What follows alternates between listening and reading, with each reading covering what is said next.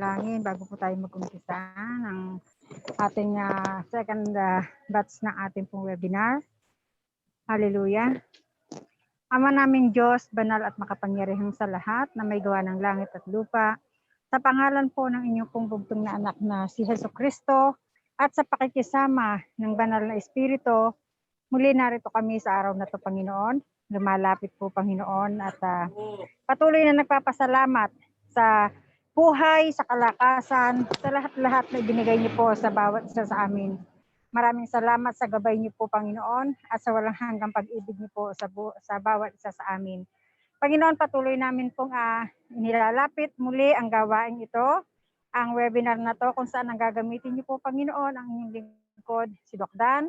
Patuloy na lalo mo pa siyang sasamahan at bigyan ng patuloy na wisdom, knowledge, Panginoon, at kay Ma'am Gusmin na sa aming host, Panginoon, at gagamitin mo rin po bilang presenter. Samahan niyo po sila, Panginoon, at sa aming lahat na narito na makikinig, Panginoon, ay dalangin namin na magkaroon po ang bawat isa ng bukas at puso, bukas na isipan, Panginoon, upang patuloy naming maunawaan ang lahat ng aming maririnig sa hapon ito. Salamat po, Panginoon, at sa inyo po namin patuloy na pinagkakatiwala ang kabuuan, Panginoon, ng webinar na ito hanggang po sa matapos. Salamat po sa pangalan ng inyong pong anak na si Jesucristo. Amen. Amen. Amen. Thank you po, Pastora. Alright, so start na po tayo. Reminders lang po sa ating mga participants dito po. Siguro naka-mute naman lahat, ano? So, yung mga naka-open po na mga camera po dyan, so mas maganda po kung naka-open po lahat tayo, kung wala naman pong ginagawa. Ano po, kung wala naman po tayo sa opisina, so mas maganda po kung naka-open po yung mga camera po natin. Ano po? Para naman makita natin kung sino talaga yung hindi natutulog or hindi nakahiga, no? Kung kayo ay nakikinig ngayon na nakahiga, no? Sigurado maya-maya tulog na yun. Ano po? So para hindi makatulog, maganda kung nakaupo po tayo ng maayos. Ano po? Okay, kasi yung ating ngayon, speaker at yung topic niya ngayon, no? Ay bihira to sa labas, po, at may bayad po, no? Yung mga ganitong klaseng training. So dapat i-appreciate natin ang ating presenter, ang ating speaker. Kasi yung mga ganitong klaseng training po, no? Mahal po ang bayad niyan. So magpapasalamat po tayo sa ating Doc Dan na talagang yung expertise niya about dito sa topic na to ay biniyayaan siya ng ganong klaseng expertise. Ano po? Yung wisdom. Grabe yan. So alright. So ipakilala ko na po ang ating speaker for tonight. No, isa po siyang BSc graduate ng FAU 1987, Bible School graduate ng 1991, part-time networker since 1982, gospel minister since 1986 with honoris causa, no, DDiv, I don't know what is DDiv, Pastor Doc Dan, ano po? So DM and PhD and missiology, no? So dito sa Crowd 1, Manager 2-star na din po ang kanyang rank. So ayan po, tawagin na po natin ang ating malupit na speaker, no other than Danilo S. Amorao, aka Doc Dan. Ayan, matagumpay na banggi.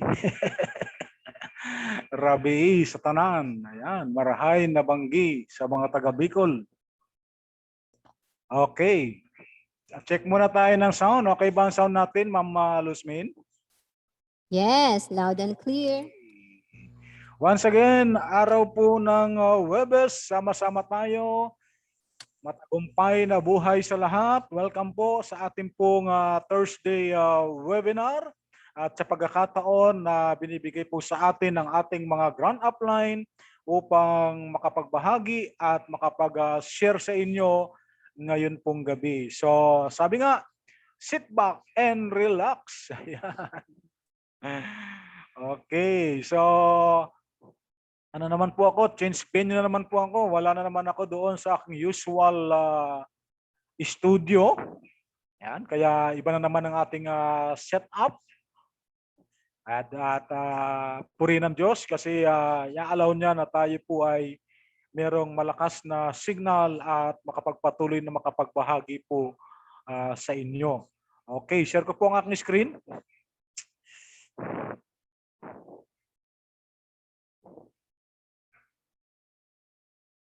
Ayan, sinisimulan po nating lagi sa pagpapasalamat. At nais kong pasalamatan ng ating 0203 at si Mami Sulita sa kanilang ginawang pagbisita sa Tarlac City noong nakaraang Lunes at Martes.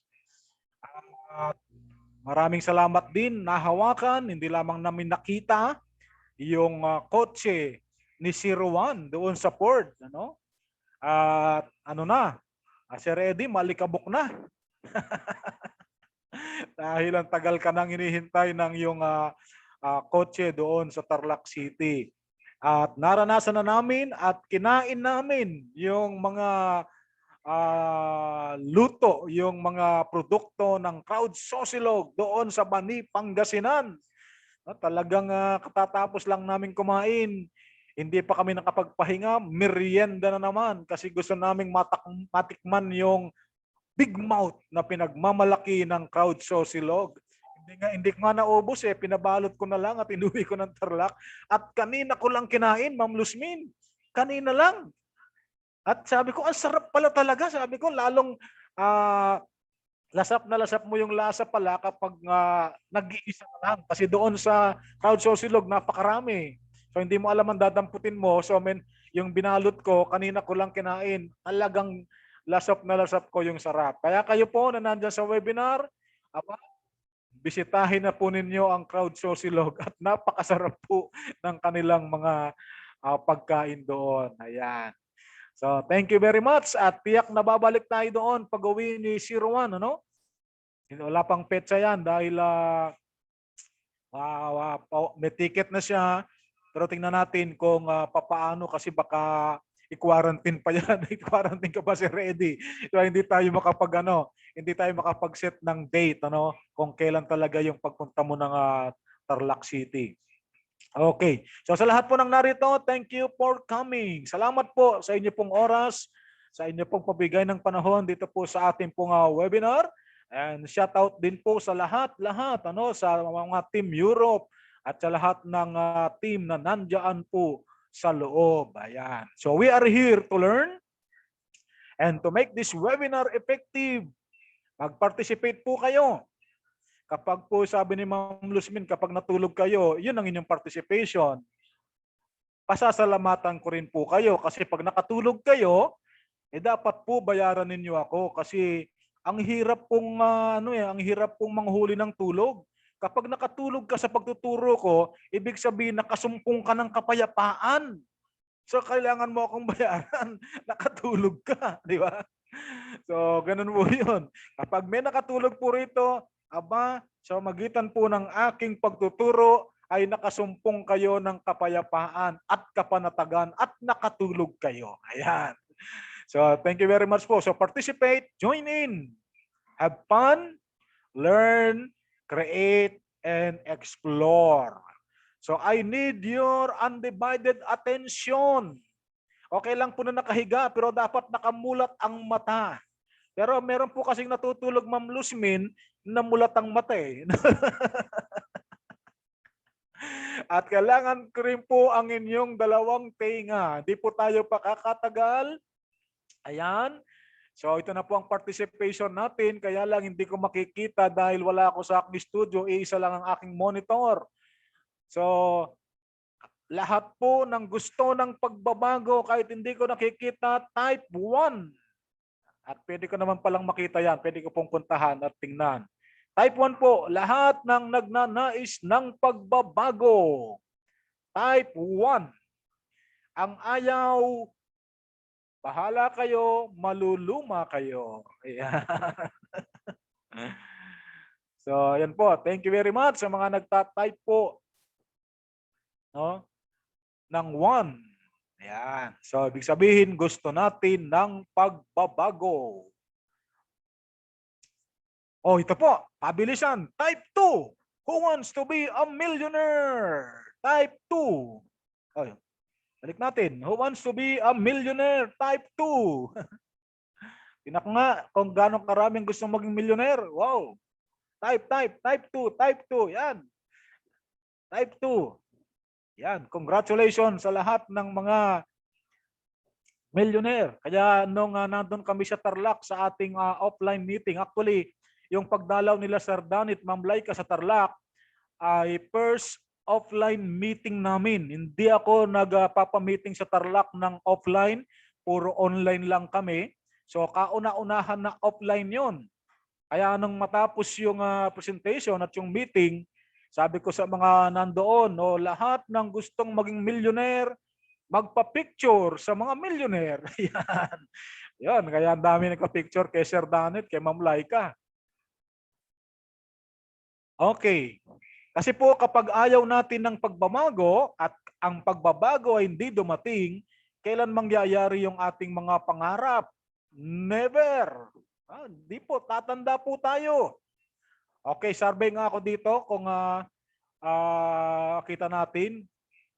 Pakitype nga po ng number 3 ang mga bumabata sa halip na tumatanda. Type number 3. Tingnan ko po. Kung merong bumabata rito sa halip na tumatanda. Ay, meron. Ang dami, Ma'am Luzmin. Pati si Pastora. Pati si Pastora Marites de Chavez, bumabata. Kaya pala gano'n ang picture. Makita ko yung picture niya, pabata ng pabata. No? Ayan. Ano kaya ang sikreto ng mga ito? Maging si Ma'am Dolor, nandito na yata, si Ma'am Dolor ba si Ma'am Elisa ba si Miguel Dolor? Iba yun, ano? Iba yun. Asawa niya po. Ay, asawa niya, si Sir Miguel. Oo. So, meron palang ganun. Sa halip na tumatanda, bumabata.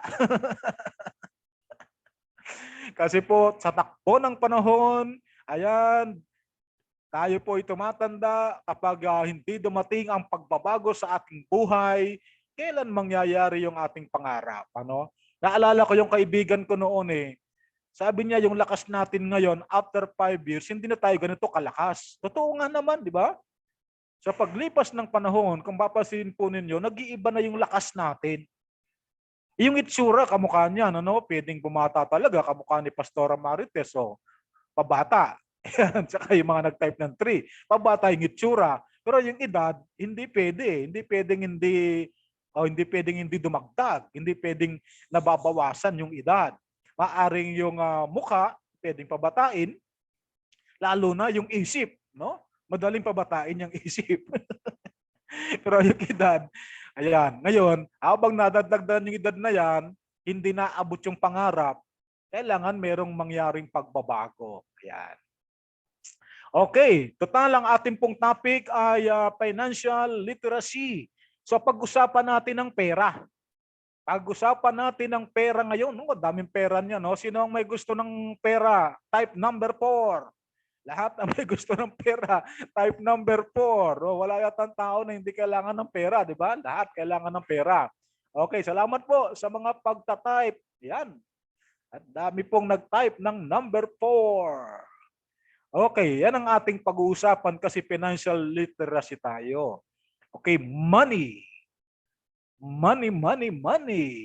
Yung iba, ayaw nilang pag-usapan yan No? Pero nangangailangan naman sila niyan. Pero ayaw nilang pag-usapan. Lalo na sa lugar na kung saan sinishare ang salita ng Diyos. Nakakalimutan ng marami na ang Panginoong Yesus ay diniscuss niya, itunuro niya ang pera, ang possession at wealth ng maraming beses pag pinag-aralan natin ang mga turo ng ating Panginoong Yesus. Kaya hindi pwedeng hindi natin pag-uusapan yung pera. Wag lang natin kakalimutan, of course, hindi naman talaga Diyos ang gumawa niyan. Ang gumawa niyan ay tao. At kaya nagawa ang pera because of agreement. Nagkasundo sila Siguro hirap na sila sa barter na mangunguha ka ng produkto mo, halimbawa prutas mo, mamimitas ka, ipagpapalit mo sa gulay. Mas madali nga naman, magkasundo na lang tayo, sabi nila. Ilagay natin ang mukha ng leader natin sa papel at yan ang gawin nating palitan o barteran. So yan po, ang pera ay nabuo because of agreement. Ayan, kasunduan. Kaya basahin niyo yung ating perang papel sa Pilipinas. Ang nakasulat doon, ang papel na to ay pinapairal, garang ganun, sa kasunduan mula sa Bangko Sentral. Ano? So, bigyan natin muna ng kahulugan. Pag sinabing pera, define as social status. Nang dumating po si pera, nakilala po si mayaman at si mahirap. O i-define, binigyan ng definition o taguri. Yun daw pong marami ang pera, mayayaman. Yun daw pong kokonti ang pera, may hirap. Pero lilinawin natin yan, sa banal na kasulatan, hindi po ganun ang batayan. Ano? Ang batayan po ng mayayaman sa banal na kasulatan, hindi po paramihan ng pera. Kasi po, marami kang pera, kung ang iyong katawan naman ay puro sakit, hindi po tunay na kayamanan yan. Kasi po, tinuturo din natin yan, ang tunay na wealth, ang tunay na kayamanan, 5 aspeto yan. Isa lang po ang financial. Papasok po ang spiritual. Pangalawa, papasok po ang physical. Papasok po ang iyong pakikisama, ang social, at papasok din po yung influence mo sa mga nakapaligid sa iyo. Ganun po, kailangan po kumpleto kapag talagang pagyaman ang pinag-uusapan. Pero sa kalakaran po, sa pera, ito po ang binigyan nila ng pakahulugan na social status. Kapag marami kang pera, o nga naman, hinahangaan ka, pinapakinggan ka, pero dapat sasangkapan mo ng susunod na mga sangkap ng kayamanan. Okay yung relasyon mo sa Diyos, yung spiritual mo, okay yung physical mo. No? At ang nakakalungkot pa, pag pinag-uusapan natin ng pera, marami pong tao dahil sa pera, kino-compromise nila yung kanilang moral. Compromise morals sometimes. Di baling masira ang pagkatao, makuha ko lang yun. Yun po ang nakakalungkot ng dumating ang pera na yan, ng gawin ang pera na yan. No? Kaya nga po sabi ng banal na kasulatan, bisan po kinukot ng marami yon, the love of money raw is the root of all evil. Actually, money raw is the root of evil. Hindi po. As sinasabi ng Bible, the love of money, ang root of evil. Pero hindi po mismo si pera. Kapag po mas mahal mo na si pera kesa sa Diyos, doon po nagkakaroon ng sabi doon na root of all evil. No? Kaya yan, marami yan, kinukompromise nila yung morals nila, sabi dito, sometimes, dahil sa pera. Ang sumunod po, ayan, some are willing to fight even until death para sa pera. Yan po ang nagawa ng pera nang maimbento ang pera. Di baling makamatay at di baling mamatay, magkapera lang. Yan po yan. And speaking of money, lahat nagbabago, lalo na yung mga gadget, technology, high-tech, itong paraan ng MLM, ito nagbago na, nasa kradwa na tayo, digital na. Ang paraan ng agri-business, natutuhan na namang kumpanyang gamitin ng online, natutuhan na natin na yung mga networker gamitin ng online. So lahat nagbago at nagbabago. Kaya hindi pwedeng exempted si pera. So pati si pera nagbabago. Ayan. Kaya ang tanong natin, are we headed toward the end of money? Tayo ba ay papunta na doon para wakasan na yung perang papel? Yun po ang tanong no po? So, kaya patuloy po tayong nag-aaral dito po sa ating financial literacy. Ano po? Will we have to burn our currency? Kailangan na ba nating sunugin ang ating mga kapirahan? So, aralin po natin. Ano po?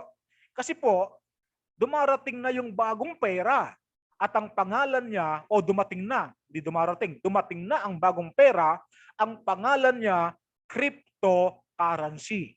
Ang pangalan niya, cryptocurrency. Kaya po tayo nagtuturo, nandyan na siya, 2009 pa siya nagsimula, marami pa po ang hindi nakakaunawa kung ano si cryptocurrency. Yung nakakaunawa naman, yun ang tanong. Wawakasan na ba yung ating mga perang papel? Kailangan na ba nating sunugin ang ating mga perang papel kasi nandyan na si cryptocurrency? Yung iba nga hindi pa alam ang cryptocurrency. No? Is it the new gold? Ito ba yung bagong ginto? Na ang usapan noon para yumaman ka ay mag-treasure hunting ka, magukay ka ng ginto sa ilalim ng lupa. Ngayon pong sa panahon natin ngayon, ang kayamanan wala sa ilalim ng lupa. Ang kayamanan nasa hangin. Ayan. Saan sa hangin, Doc Dan? Nasa internet, di ba? Hangin lang yan. Yung signal natin, hangin lang yan. So nandyan ang kayamanan. Kaya kailangan matutuhan natin. At speaking of cryptocurrency, ang daming nagsisiyaman. Pati po yung mga kabataan na mga teki, ha?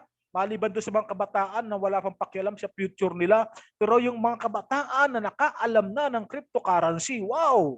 Ang dami na pong mga milyoner na kabataan nasa bahay lang nila. Meron po kami mga kakilala. Nagugulat yung mga nanay nila, tatay nila. Aba, ba't nakabili ng kotse anak ko? Aba, bakit pinapagawa ng anak ko ang bahay namin?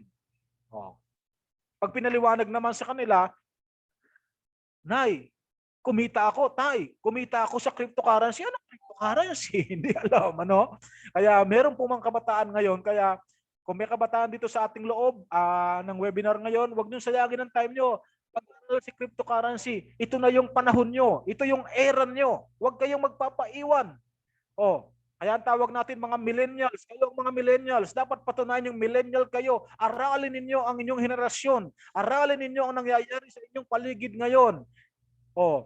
Kaya salamat kay Ma'am Laika kasi pinaghiwalay na minsan mga millennial, puro kabataan yung nandoon. At yung mga isip millennial, nagpasukan din doon. Ano?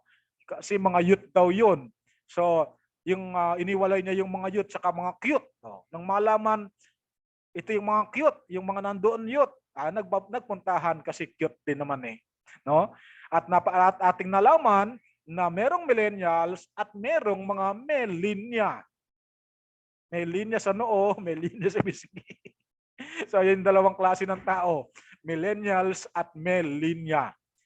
Teki at teka. Yan ang mga klase ng mga tao. Okay? So, sabi ng iba, it is gambling, sugalbayang cryptocurrency. So, alamin natin, ano? Kasi ano yan, more on online.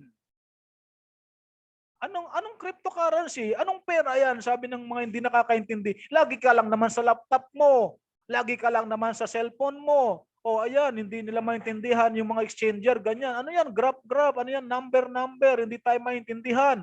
So, ito mga picture lang yan, mga virtual lang yan. Hinahanap nila yung physical na bariyang ganyan. Walang ganyan.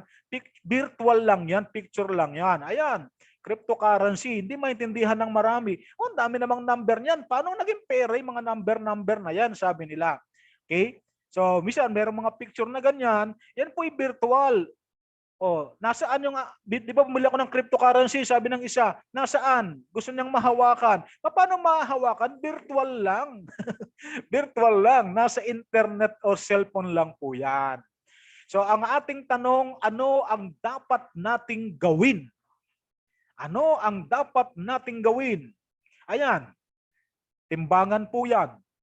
Tingnan natin yung pros and cons. Okay? So, weigh the pros and cons. Timbangan natin. Part ng ating pag-aaral, ano ba ito para makabisado natin kasi lahat nagbabago.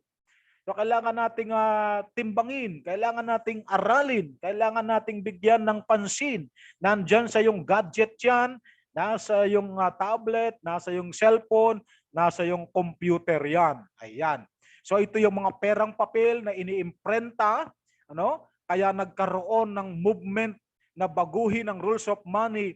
Ang nakakalungkot kasi, kapag hindi na bago yan, mga nag-iimprenta ng pera sila lang ang laging mayaman. Imprenta lang sila ng imprenta ng walang tigil. Oh. Bakit? Sa kanila ang sistema. Kaya salamat, ang panahon ay nagbabago para maging patas naman at makahabol naman tayo na hindi marunong mag-imprenta ng pera. Okay? So, dumating si Bitcoin.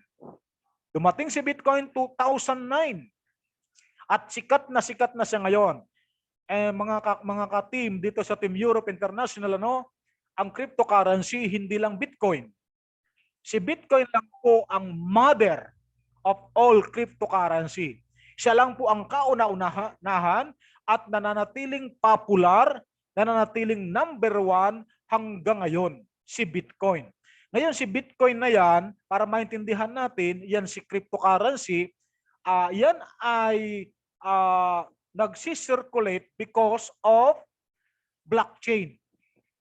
Laging kaakibat si blockchain. At kung nag-iisa lang siya na cryptocurrency, pwede naman siyang mag-circulate. Ang kanyang pwedeng maging katransact ay mga fiat money, pero para maging mabilis at talagang magamit si blockchain ay dumami ang cryptocurrencies. Ayan, dumami ang cryptocurrencies. So tingnan natin isa-isa yan. Si Bitcoin, tulad ng sinabi ko, the best known cryptocurrency. Siya pa rin ang nangunguna, siya pa rin ang pinaka-popular sa panahon ngayon. So si Bitcoin, ang kanyang katangian, digital and decentralized currency. So cryptocurrency siya, puntahan na muna natin ang currency. Pag sinabing currency, pera po siya. Mga crowd one, si Bitcoin pera siya. Kaya nga tinatanggap siya ni crowd one, di ba? Pera siya eh. Ngayon, ang kanyang katangian, digital. Ibig sabihin, hindi nahahawakan. Hindi nahahawakan. Digital po siya. Yun po si cryptocurrency. So, pangalawa po, nakatangian niya, decentralized. Pag sinabing decentralized, walang sino mang nagkokontrol na bansa sa kanya, walang sino mang nagkokontrol na gobyerno, walang sino mang nagkokontrol na bangko. Ikaw mismo ang kokontrol kapag mayroon ka. Yan po si Bitcoin o cryptocurrency. Pero yung iba po kasi centralized. Pag sinabing centralized, merong isang nagkokontrol. Merong isang nagkokontrol na kaya niyang kunin pati nasa iyo. Pero si Bitcoin, kapag nasa iyo na, ikaw na may control. Wala nang pwedeng mag-control niyan. Ikaw na lang. Okay? So yan po si Bitcoin. Ano pa? Exists electronically as computer code. So hindi po siya nahawakan, siya po ay code lang, computer code. Yan po siya. Po, kaya wag kayong maghanap ng physical. Nasa ng Bitcoin ko, akin na nga, hawakan ko. Hindi po, ano lang po siya, electronically as computer code. So ano naman si blockchain? Kasi pag walang blockchain, kawawa po tayo na may Bitcoin. Hindi natin magagamit. So ito po ang gamit ng blockchain. Enables existence of cryptocurrencies. So hindi na lang si Bitcoin, lahat pa ng cryptocurrencies ay dadaan kay blockchain. Wag niyo ipagkamali kasi merong exchanger na blockchain ng pangalan, pero blockchain.com po yan. Ito pong blockchain na tinutukoy ko rito, yung technology ito ng cryptocurrency. Ano po? So, pangalawa, operates across vast network of computers. Ayan po, yung blockchain po na yan, nagdadaan yan po sa mga computer. Kaya po meron po tayong mga tinatawag na transaction fee. Meron po tayong tinatawag na mga mining. Dinadaanan po ng blockchain yan. Okay, ano pa? Not exclusive to Bitcoin and crypto. So si blockchain, hindi lang siya kay Bitcoin, hindi lang siya sa ibang cryptocurrency, nagagamit din po siya sa iba. Okay? Ano naman si cryptocurrency? Si cryptocurrency, medium of exchange. So pera siya, medium of exchange siya, pera po siya. Okay? Pera siya, si cryptocurrency. Okay. Medium of exchange for Bitcoin. Kung anumang cryptocurrency meron ka, pwede mo siyang i-exchange kung meron kang Bitcoin. Okay, ano pa? Crypto means, ito po ang kahulugan ng crypto, means data encryption. Kaya maintindihan niyo kung ano ang cryptocurrency, data lang siya, code lang siya. No? Code lang. Kasi ang meaning ng crypto, data encryption. Okay? So itong cryptocurrency na to, ensure security of transaction. Yan po siya. So yan po yung tatlong may kinalaman kapag gumamit tayo ng cryptocurrency o lalo na ng Bitcoin. Ayan. So, ganyan po. Huwag po nating pasasakitin ng ulo natin sa cryptocurrency kasi maraming iba, ang sabi nila, complicated daw. Mahirap daw. Ayaw nila kaya hindi napansin, ayaw na ring aralin. Kapag po ganon, ang ating magiging attitude, mapag-iiwanan tayo.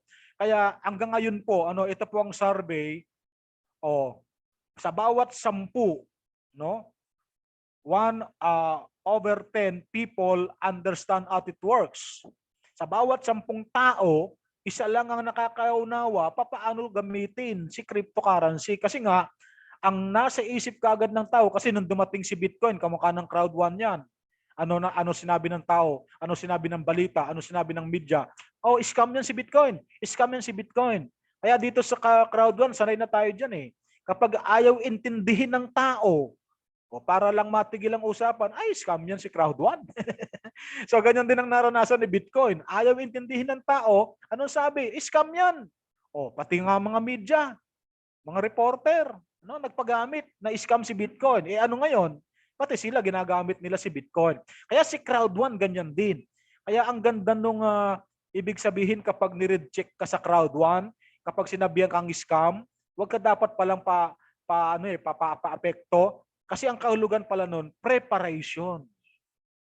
Inihahanda ka at inihahanda rin yung nag-reject sa'yo. Kasi bandang uli na, ito na, makikilala na, maging popular na, natuto kayong pareho na nung una, sinabi niya scam, ikaw naman ni-reject. So pareho kayong natuto. Preparation pala ang bawat rejection. Okay? So, ito pa ang isang survey. 1/3 investors know little about it. Yan po yan. Isa lang sa bawat investor o sa bawat 3 investor ang merong kaalaman kung ano ba ang cryptocurrency. Kaya sa takbo ng panahon po, malalaman din po natin yan. So naalala ko nga nung dumating yung e-load, di ba dati hindi naman tayo e-load eh. Nung dumating ang e-load, di ba nag-announce, nagko-commercial, nag-advertise si Smart, si Globe, sa lahat ng gustong maging dealer. Walang gustong mag-dealer ng e-load. So ako naman dahil kapag merong ganong bago, uma-attend ako ng mga seminar. Kasi bagong technology. E-load, ganun na pala yun. Pwede na palang ng cellphone mo, lalagyan mo ng ganun, then makakatawag ka na, makakapag-text ka na.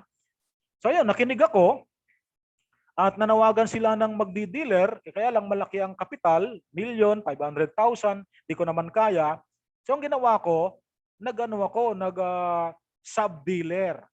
Kinausap ko yung dealer, kung gusto mo, sabi ko, ako ang pupunta sa mga tindahan para kumuha ng order ng e-load, pero ikaw ang magsusupply sa akin ng load.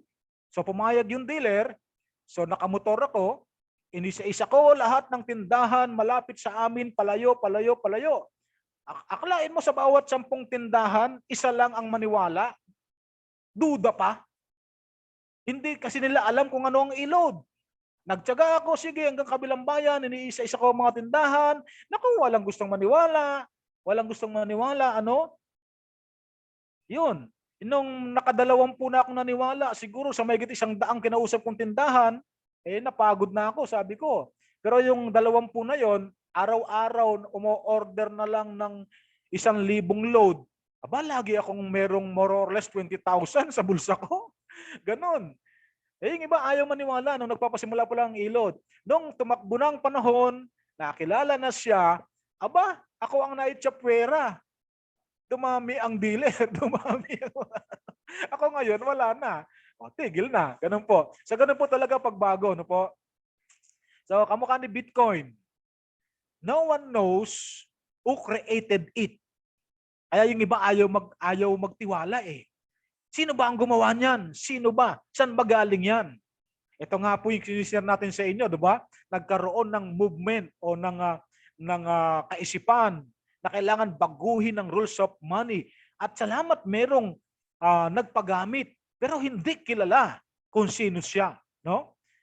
Has been in circulation since 2009 si Bitcoin. Mystery over creator. Pinag-uusapan pa rin, pinagdidebatihan pa rin yung creator. No? At nananatiling hindi kilala. Developed under pseudonym of Satoshi Nakamoto. Gumamit siya ng pangalan na Satoshi Nakamoto. Siyempre, ang mga bansa ay gusto nilang makilala kung sino yan. Kaya ang daming nag-imbestiga, ang daming naghanap sa Satoshi Nakamoto na yan. So meron silang natagpuan sa Japan, 65 years old. Pero kahit anong aral ang gawin nila, itong Satoshi Nakamoto na natagpuan nila sa Japan ay hindi marunong sa computer. Kaya nanatiling palaisipan kung sino talaga ang creator o ang gumawa kay Bitcoin. Hanggang ngayon po, hindi alam. At yun ay pagpapasalamat natin kasi kapag nalaman ng gobyerno, ng bangko, lalo na ng Central Bank, lalo na ng Federal Reserve, makokontrol po yan. Sila na naman ang yayaman. Kaya ipagpasalamat natin, huwag natin katakot yun. Hindi ba kasi natatakot kasi hindi raw nila alam kung sino ang creator ng cryptocurrency, ng Bitcoin. No? Pagpasalamat natin yon, hindi makontrol ng mayayaman. Kaya tayo po na 99% ng sabi nila ay hindi mayayaman. 99% ng populasyon ng mundo, may pagkakataon tayo ngayon. Unang-una, habang hindi nakikilala kung sino ang creator ni Bitcoin, decentralized po yan. Decentralized. Walang ko-control sino man. Decentralized siya. Kaya maganda po talaga na hindi makilala kung sino ang creator ni Bitcoin. No? Manatili po. Kasi habang hindi yan nakikilala, no single user, no single government, no single bank, no single credit card or companies, no one controlled it. So walang iisa. Hindi kamukha ng mga perang papel natin, kontrolado nila yan. Kapag sinabing wala nang value yan, wala tayong magagawa. Kahit napakarami ng inimbak mo, wala tayong magagawa. Kahit napakarami ng pera mo sa bangko, kontrolado nila yan eh. O, kapag tinaas nila ang value ng dollar to peso, iyakan lang tayo. O kaya binagsak, iyakan lang tayo kasi kontrolado nila. Pero si Bitcoin, ayan, walang gobyernong kumokontrol sa kanya, walang bangko, walang sinuman. Ang tawag po dyan, decentralized. At yan po ay maganda kung ating pong pag-aaralan kasi ang mga mahirap ay nagkaroon ng pagkakataon na yumaman.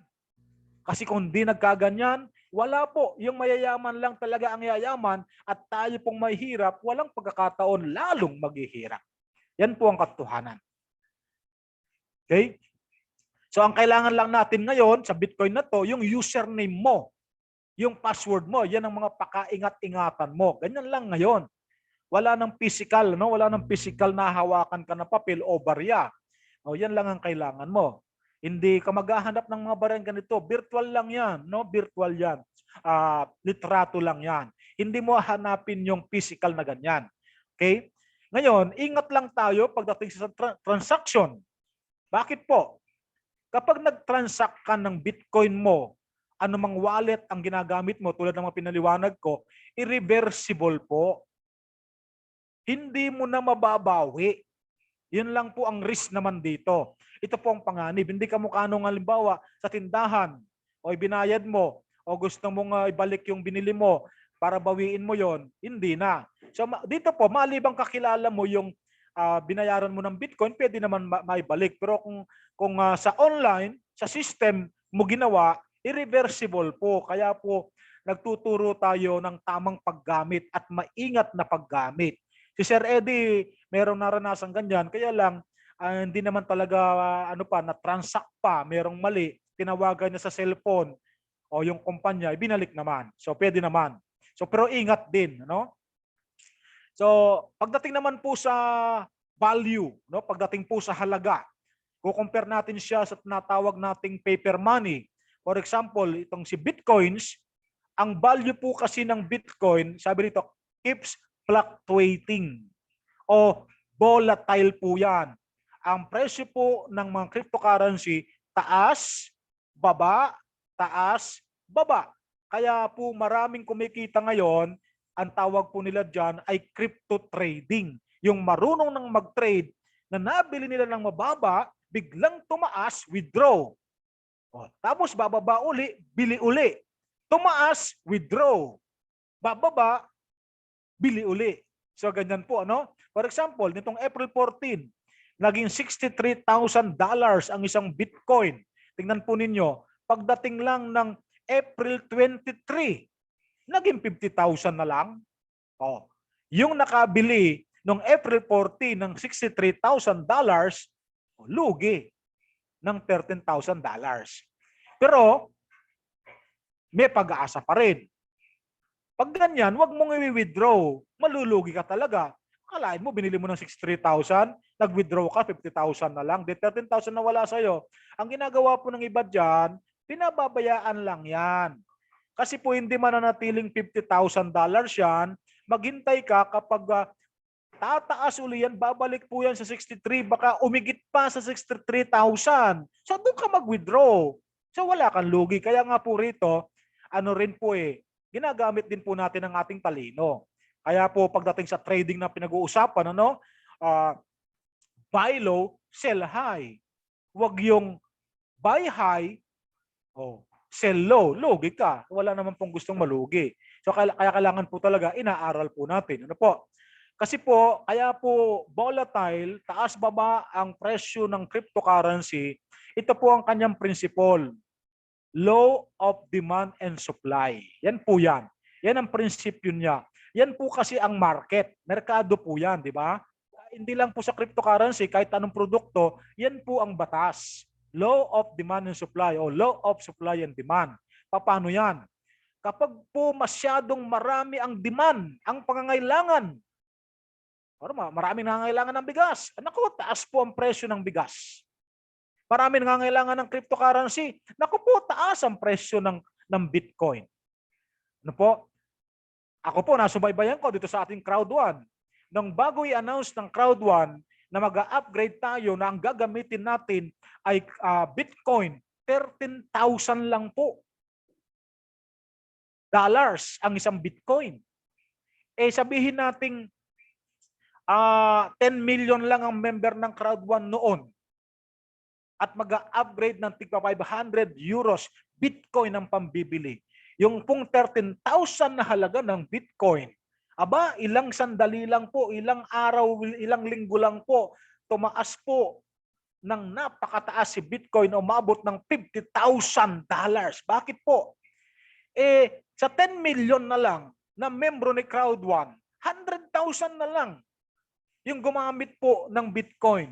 Ayan po, naganap ang law of demand and supply. Maraming gumamit, biglang tumaas ang presyo niya. Ganyan po si Bitcoin. Kaya ako po naniniwala, naka-apekto ang Crowd1 sa kanyang pagtaas.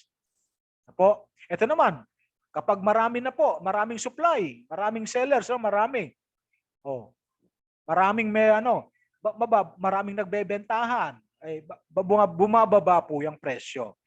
Yan po ang law of demand and supply. So ganyan po si Bitcoin. Yan. No? Kaya wag kang magtaka, Bitcoin ka ngayon, ba't lumaki? Tumaas ang value. Ba't bumaba? Bumaba ang value. Yan po kasi siya. Okay. Ngayon, paano naman ang security natin sa cryptocurrency? Okay?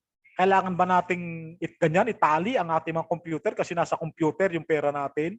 Kailangan nandito sa ganito na mga USB? Kailangan ba nating itali ng gusto? Yung mga, kasi nandyan yung mga wallet natin. So anong gagawin natin? How many cryptocurrencies are there? Ito muna. Doon muna tayo sa security. Balikan muna natin security. Tulad din po yan ng pag-iingat ng wallet nyo. Siyempre, iniingatan mo yung wallet mo na physical, hindi mo nilalagay kahit saan, iniingatan mo. So, ganun din po sa cryptocurrency. Ang iingatan mo yung password mo. Iingatan mo yung gadget mo. Iingatan mo yung computer mo. Baka yan na nakabukas yung computer mo, merong gagamit dyan, dyan sa computer natin, kung minsan automatic na bubuksan yung ating mga account, so yun ang iingatan mo. Yung paggamit ng computer mo, ng cellphone mo ng iba, o baka napahiram mo bigla sa kamag-anak mo yan, hindi pa naman kabisado si Bitcoin, kung baka nabuksan ng wallet mo, at kung anong pinipindot-pindot doon, baka yung pera mo na-transfer sa iba. Ganun po ang pag-iingat sa ating pong cryptocurrency. Tulad po ng physical na wallet, pag-ingatan natin ang password, pag-ingatan natin ang account, ang paggamit. Baka may hiram sa cellphone mo, hindi naman kabisado kung ano-anong pindot ang ginawa dyan, at ang napindot, na-open ang wallet mo, at napindot yung transfer, naku, yung pera mo nawala lahat. Ganun po. Ingatan po natin. So how many cryptocurrencies are there?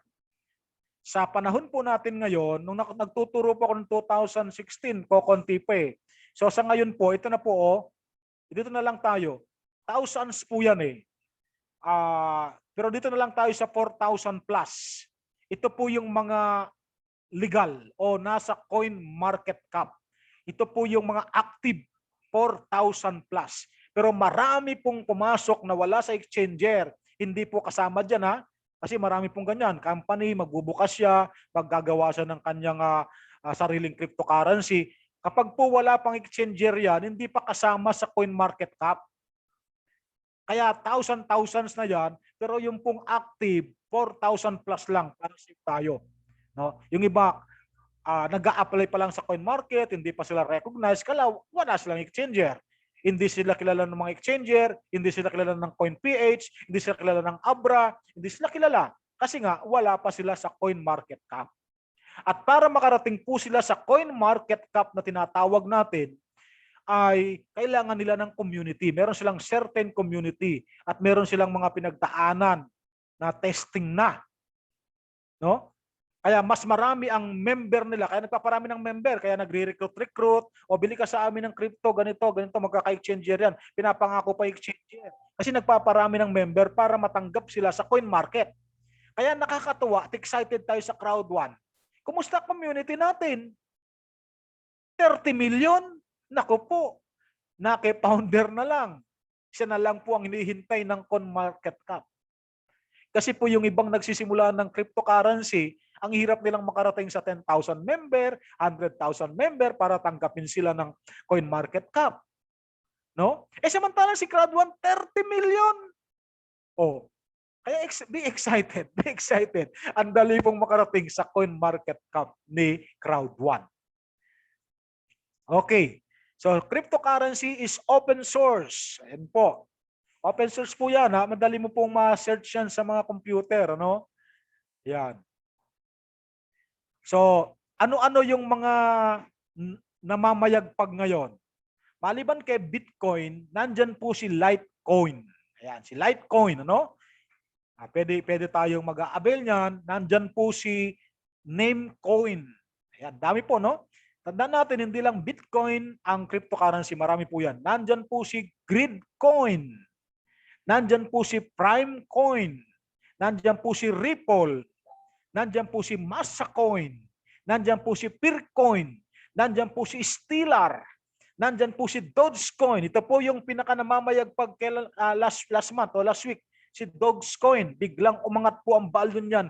Kaya po yung bumili ng murang-mura lang yan, kamukha ni Bitcoin, ay nagsiyaman po last week kasi biglang umangat ang presyo ni Dogecoin. So nandyan si Ardor. So ayan po, ang mga ilan lang sa kanila na gusto kong ipakita sa inyo. Hindi ko na sinama si Bitcoin at marami pang iba. Si Ethereum, hindi ko na sinabi dyan. At marami pang iba na mga cryptocurrency. Now, puntahan natin itong legal status of cryptocurrency. Yan ba, legal ba yan? Dito sa Pilipinas, na ipaliwanag ko na sa inyo, tinanggap tayo ng central bank. So, kinilala ni-recognize ng Philippine government ang cryptocurrency. Pero pag-usapan natin buong mundo, legal status of cryptocurrency. Itong green, permissive, pinapayagan na sa mga green na bansa na yan. No? Itong dilaw ba ito, kulay gold, ay contentious. Ibig sabihin, controversial, pinagtatalunan pa. Ito namang orange ay restricted, bawal. Bawal siya pero merong nakakakuha. Ito namang pula, ban. Talagang ayaw nila. Okay, tingnan natin ang ilang bansa. For example, itong bansang ito, UK. Kung nasaan ngayon yung iba nating mga kasama, UK. O ba ang UK, kaya meron ng ATM machine na ng Bitcoin dyan, permissive. Tanggap na tanggap ng UK. Tanggap na tanggap ng UK. Kaya okay na okay sa UK ang cryptocurrency. Ayan. Kumusta sa Russia? Naku, sa Russia, restricted. Bawal. Bawal sa Russia. Ganyan po. May mga bansa pa talaga na ayaw nilang mag-open. Pero hindi nila mapipigilan yung mga tao nila kasi online naman yan na makaka-avail ng cryptocurrency. China. Ang China, contentious, controversial. Merong may gusto, merong hindi. Pero hindi pinagbabawal. Kaya 400 million ang gumagamit ng cryptocurrency noong pang 2018 sa China. Ayan. Ang mga China hindi nagpapahuli yan pagdating sa technology. Kaya ganyan. Okay? India. Ang India tanggap na tanggap. Sa India, tanggap na tanggap ang cryptocurrency. No? So, yan po. So, mga ka-crowd one, the future, ang kinabukasan, ay ng currency, ng kapirahan ay digital. Kaya ito pong ating pag-attend every Thursday na ito ay paghahanda. Kasi po yan ang darating na bukas. No? Maaring hindi kayo masyadong nagbibigay ng pansin ngayon sa mga pinapaliwanag natin. After ng ilang pong mga panahon, sa kanya maalala, bakit kasi hindi ako nakinig mabuti? Dapat handa na pala ako bago pa nag-digital. Kaya maraming salamat po sa mga gising na gising. Maraming salamat po sa mga nakikinig. Sa konting oras na ibinigay po natin. At sa mga guests, sa mga in-invite po ngayon, congratulations po. Kayo po ang special dito. Ano ba ang pinag-invite sa inyo ng mga nag-invite sa inyo? Ito na po. Papakilala natin, introducing Crowd One. Si Crowd One, kaya na tinuturo ang cryptocurrency, kaya tayo nagtuturo ng financial literacy. Si Crowd One po, tanggap na tanggap ang cryptocurrency at siya po ay tumatanggap ng Bitcoin payment sa ating pong upgrading, sa ating pong mga package. Hindi lang Bitcoin, tumatanggap pa ng Ethereum. Ang Ethereum po ay yung pong pangalawang cryptocurrency na sumusunod kay Bitcoin. Ethereum ang pangalan po niya. Kaya sa ilang sandali po, maririnig na po ninyo kung ano ang pinag-invite sa inyo. So ako po'y magpapaalam muna. Welcome to Crowd One family. Let our dreams happen here. Join us now. Doon po sa mga guests po natin. Welcome po kayo sa Crowd One Team Europe International. Tandaan lang po ninyo, nagsasabi ang inyong lingkod, ang iyong buhay bukas ay resulta ng iyong pagpili na ginawa ngayon. Kaya kung nakinig kang mabuti, bukas hindi ka na teka sa cryptocurrency. Kasi ngayon ay nagdesisyon kang unawain kung ano ba si cryptocurrency. Kasi ka-crowd one, ang buhay ay pagpili. Yan po ang katotohanan. Dalawa lang lagi pinagpipilian natin. Diyos o Satanas. Kamatayan o buhay. Totoo o mali. Kasinungalingan o katotohanan, kahirapan o kasaganaan, ang buhay ay pagpili. Kabayan, ka-crowd one, ang pagpili nasa iyo. Pagpalain tayong lahat ng Panginoong Diyos at sa oras na ito, isang karangalan na ipakilala sa inyo ang ating speaker, presenter.